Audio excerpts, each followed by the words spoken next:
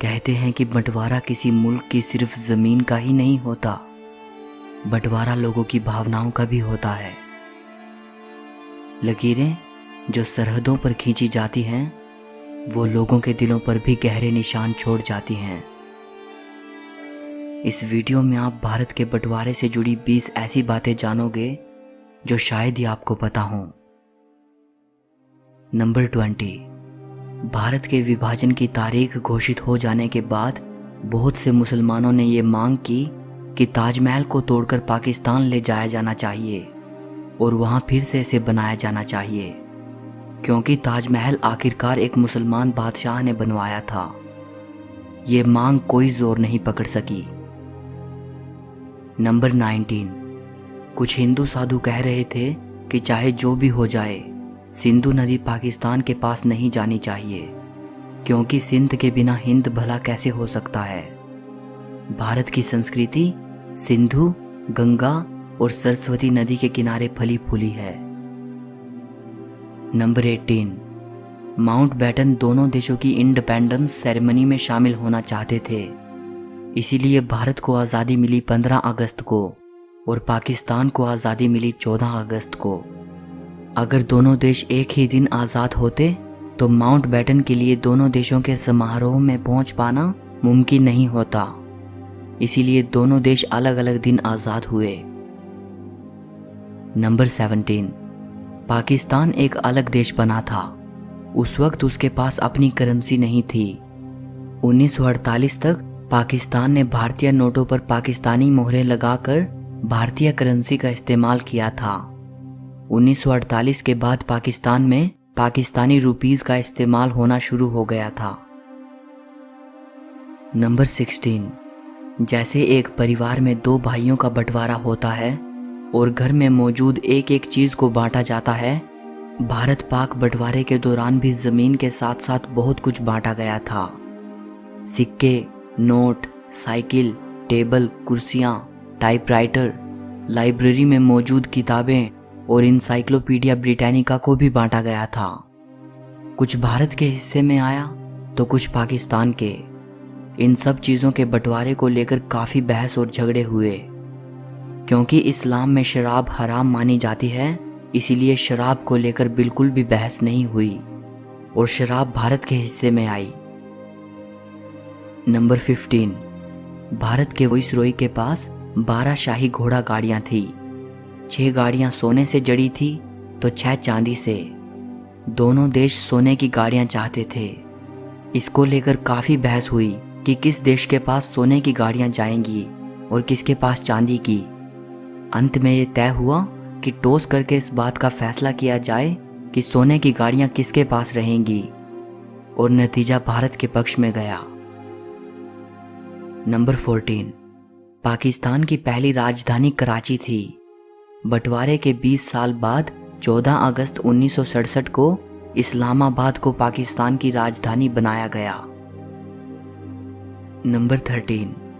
अप्रैल 1948 को prime minister Nehru ने Kurukshetra refugee camp का दौरा किया था। ये कैंप 1 लाख लोगों के लिए बनाया गया था, लेकिन इसमें 3 गुना लोग रह रहे थे। शाम को सरकार की तरफ से यहाँ डिज्नी फिल्म्स दिखाई जाती थी, जिन्हें एक बार में 15,000 लोग देखते थे। नंबर 12। 14 अगस्त 1947 को जब भारत को आज़ादी मिलने में कुछ ही घंटे शेष बचे थे और देश में हजारों हिंदू सिख मुसलमानों का कत्लेआम हो रहा था, माउंटबेटन के बारे में ये कहा जाता है कि उस वक्त वो अपनी पत्नी एडविना के साथ अमेरिकन एक्टर बॉब होप की मूवी माई फेवरेट ब्रूनेट देख रहा था। नंबर 11। 20 फरवरी 1947 को ब्रिटिश प्राइम मिनिस्टर क्लेमेंट एटली ने यह घोषणा की कि 3 जून 1948 को भारत से ब्रिटिश रूल खत्म हो जाएगा। 1947 की शुरुआत में देश में हिंदू मुस्लिम दंगे शिखर पर थे। 3 मार्च 1947 को गांधी जी ने कहा कि देश का बंटवारा उनकी लाश पर से होगा। एक तरफ गांधी जी अपनी जिद पर अड़े थे और दूसरी तरफ देश में हो रहे भयानक रक्तपात को देखते हुए सरदार पटेल और पंडित नेहरू ने यह मान लिया था कि अब देश का बंटवारा करना ही पड़ेगा। उधर माउंटबेटन को ये बात अनुभव हो रही थी कि अगर ब्रिटेन को भारत में हो रही हिंसा के कलंक से बचना है तो जल्द से जल्द देश को आज़ाद कर देना चाहिए।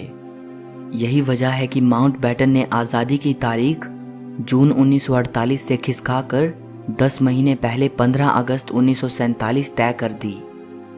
आखिरकार देश को आज़ादी मिली, लेकिन देश के विभाजन की कीमत पर। नंबर 10, बंबई के गवर्नर जॉन कोलविल ने माउंटबेटन को लिखा कि भारत की आज़ादी के बाद अगर उसे ब्रिटिश फ्लैग फहराने नहीं दिया गया या ऐसा झंडा फहराने नहीं दिया गया जिसमें यूनियन जैक लगा हो तो वो भारत में नहीं रुकेगा। माउंटबेटन खुद इस बारे में सोच रहा था। उसने अपने आप दोनों देशों का झंडा तैयार किया। उसने भारत के लिए स्वराज फ्लैग को लिया और उसके ऊपरी तरफ छोटा सा यूनियन जैक बना दिया, और पाकिस्तान के लिए उसने मुस्लिम लीग का झंडा लिया और उस पर भी यूनियन जैक बना दिया।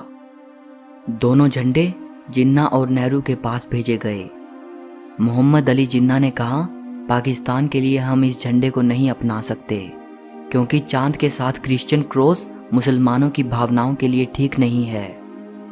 पंडित नेहरू ने भी उसे अस्वीकार कर दिया और माउंटबेटन को एक नया डिज़ाइन भिजवाया जिसमें बाकी हिस्सा तो स्वराज फ्लैग जैसा ही था, लेकिन चरखे के स्थान पर अशोक चक्र बनाया गया था और उस पर यूनियन जैक नहीं था। माउंटबेटन के पास दोनों देशों के झंडे अपनाने के सिवा और कोई ऑप्शन नहीं था। इस तरह ब्रिटिश फ्लैग को पूरी तरह से विदा कर दिया गया।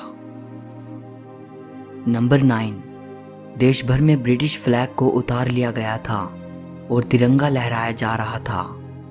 पंडित नेहरू ने माउंटबेटन की इस गुजारिश को मान लिया था कि ब्रिटिश फ्लैग को उतारते वक्त किसी तरह का जश्न नहीं होगा ताकि अंग्रेजों की भावनाओं को ठेस ना लगे। तिरंगा लहराए जाने पर ही समारोह किए गए। नंबर 8, 15 अगस्त 1947 के दिन जब देश आज़ादी का जश्न मना रहा था, तब गांधी जी आज़ादी की रस्म के दौरान हुए किसी भी कार्यक्रम में शामिल नहीं हुए थे। उस दौरान वो कलकत्ता में थे और हिंदू मुस्लिम दंगों को रोकने का प्रयास कर रहे थे। नंबर 7, सिरिल रैडक्लिफ जाने माने ब्रिटिश लॉयर थे। इन्होंने ही भारत पाकिस्तान के बीच सीमा रेखा खींची थी। आपको जानकर हैरानी होगी कि रैडक्लिफ को भारत और पाकिस्तान की बाउंड्री लाइंस सेट करने के लिए बंटवारे से महज कुछ ही हफ्ते पहले भारत बुलाया गया था। इससे पहले ये कभी भारत नहीं आए और ना ही इसके बाद वे कभी भारत लौटे। जब रैडक्लिफ भारत आए उस वक्त उन्हें भारत की संस्कृति, व्यापार, राजनीतिक स्थिति, लोगों के आपसी रिलेशन, नदियों के बारे में और भारत के गांव की स्थिति वगैरह के बारे में कुछ भी नहीं पता था। यहाँ तक कि उन्हें भारत की जियोग्राफी की भी कंप्लीट इंफॉर्मेशन नहीं थी। नंबर 6, रैडक्लिफ को इस तरह से भारत और पाकिस्तान के बीच सीमा रेखा तय करनी थी जिससे कि ज़्यादा से ज़्यादा मुस्लिम पाकिस्तान में रह जाएं और ज़्यादा से ज़्यादा हिंदू सिख भारत में रह जाएं। रैडक्लिफ द्वारा खींची गई लकीर ने 50 लाख हिंदू और सिखों को पाकिस्तानी पंजाब में छोड़ दिया और 50 लाख मुसलमानों को भारतीय पंजाब में छोड़ दिया। नंबर 5, रैडक्लिफ के काम से ना तो इंडियन लीडर खुश थे और ना ही पाकिस्तानी लीडर। दोनों ने ही जमकर रैडक्लिफ की आलोचना की। इससे रैडक्लिफ नाराज हो गए। रैडक्लिफ को उसके काम के लिए 2000 पाउंड मिलने थे।